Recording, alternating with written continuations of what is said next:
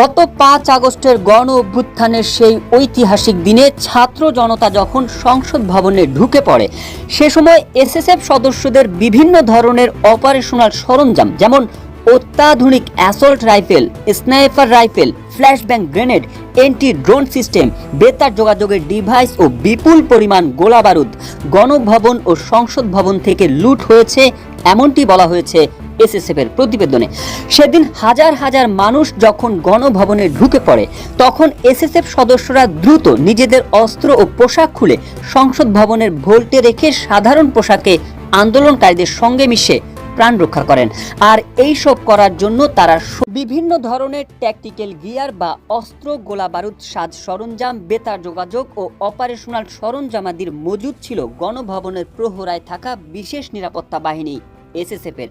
কিন্তু সেদিন হাতে সময় একদমই না থাকায় এসব ফেলে শুধু নিজেদের সঙ্গে থাকা ছোট আগ্নেয়াস্ত্র নিয়ে বিভিন্নভাবে গণভবন থেকে সংসদ ভবনে গিয়ে প্রাণ রক্ষার চেষ্টা করেন তারা। পরবর্তীতে পরিদর্শন করে গণভবন ও সংসদ ভবনে থাকা ভল্টগুলো আর পাওয়া যায়নি, যা আন্দোলনকারী বেশে দুষ্কৃতিকারীরা নিয়ে গেছে বলে মনে করছে এসএসএফ। এসএসএফ এর প্রতিবেদনে দেখা যায়, গণভবনে এসএসএফ এর স্থাপিত অপারেশন রুমে অস্ত্র ও গোলাবারুদ রাখার জন্য দুটি অত্যাধুনিক ভোল্ট স্থায়ীভাবে স্থাপন করা হয়েছিল, যার প্রতিটির ওজন 100 কেজি। একটি ভোল্টে দুটি SMG T56 রাইফেল ছিল, আর অপর ভোল্টে 9498 রাউন্ড তাজা গুলি ছিল।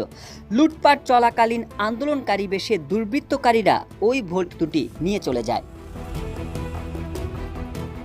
ছাত্র জনতার অভ্যুত্থানে এসএসএফ এর অস্ত্র, গোলাবারুদ, অপারেশনাল সরঞ্জামাদি ও বিবিধ দ্রব্যাদির ক্ষয়ক্ষতি নিরূপণ করতে সংস্থাটি 3টি তদন্ত পর্ষদ গঠন করে। এসব পর্ষদ ইতোমধ্যে গণভবন ও সংসদ ভবন সরেজমিনে পরিদর্শন করে বিভিন্ন অস্ত্র, সরঞ্জাম ও দ্রব্যাদি ইস্যু সংখ্যার সঙ্গে বর্তমান সংখ্যা যাচাই করছে।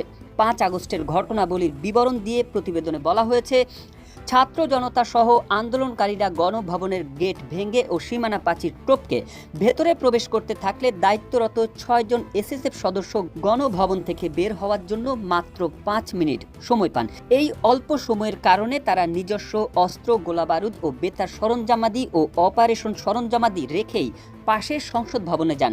কিন্তু অভ্যুত্থানকারী জনতা সংসদ ভবনে প্রবেশ করলে এসএসএফ এর অপারেশন রুমে অবস্থিত ভোল্টে নিজস্ব অস্ত্র ও 6টি পিস্তল ও 200 রাউন্ড গুলি সুরক্ষিত করে এবং পোশাক পরিবর্তন করে জনতার সঙ্গে মিশে যাওয়ায় প্রাণনাশের হাত থেকে রক্ষা পায় তারা।